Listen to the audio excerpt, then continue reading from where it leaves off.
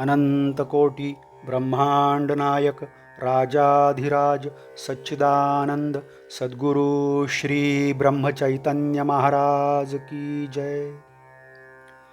श्रीराम समर्थ। 21 जून। भाव असल्याशिवाय परमार्थ होत नाही।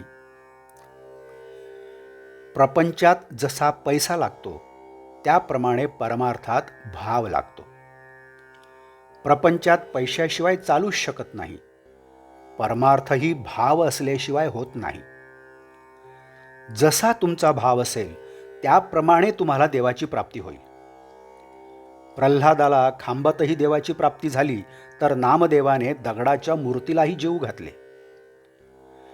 तुम्हा सर्वांना गोपीची गोष्ट माहीत असेलच।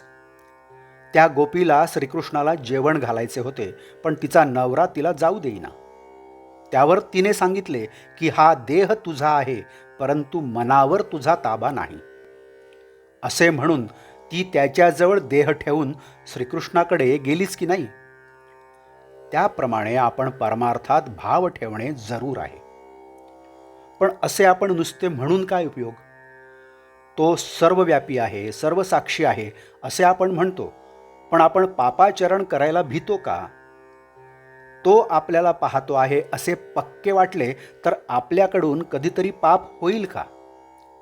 पण आपल्याला तसे वाटतच नाही। आपल्यासारख्या आस्तिकाला देव हवा असे वाटते खरे, पण हवाच असे वाटत नाही। आपल्या प्रपंचाच्या मदतीसाठी देव हवा असे वाटते। प्रपंच असावाच असे आपल्याला वाटते आणि भगवंत मात्र असला तर बरा असे वाटते। याच्या उलट भगवंत असावाच आणि प्रपंच असला तर बरा असे वाटायला पाहिजे। प्रपंचाची आवड असू नये, पण प्रपंचातल्या कर्तव्याची आवड असावी। देहाने ते कर्तव्य करावे आणि मनाने मात्र अनुसंधान ठेवावे। ज्या गोष्टी आपल्या मनाला खातात त्या न केल्या की आपल्या विकारांवर ताबा येईल।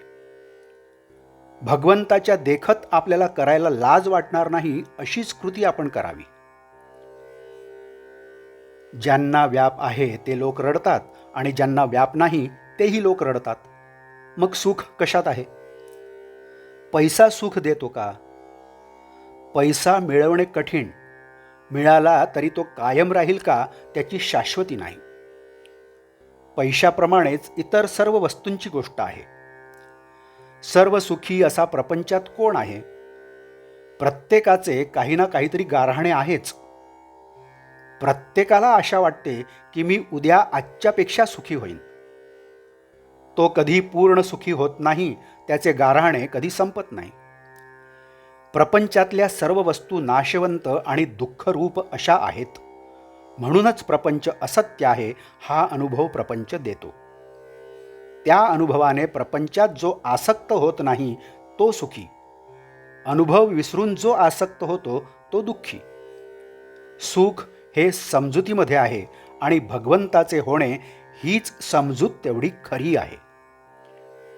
आजचे बोधवाक्य: प्रपंच अनासक्तीने आणि आनंदाने करणे हाच परमार्थ। जानकी जीवन स्मरण जय जय राम। नमस्कार। आपण या चॅनलला नवीन असाल तर कृपया सबस्क्राईब करा ही विनंती। आपण हे चॅनल अजूनही सबस्क्राईब केलं नसेल तर सबस्क्राईब करा ही आपल्याला सुद्धा विनंती।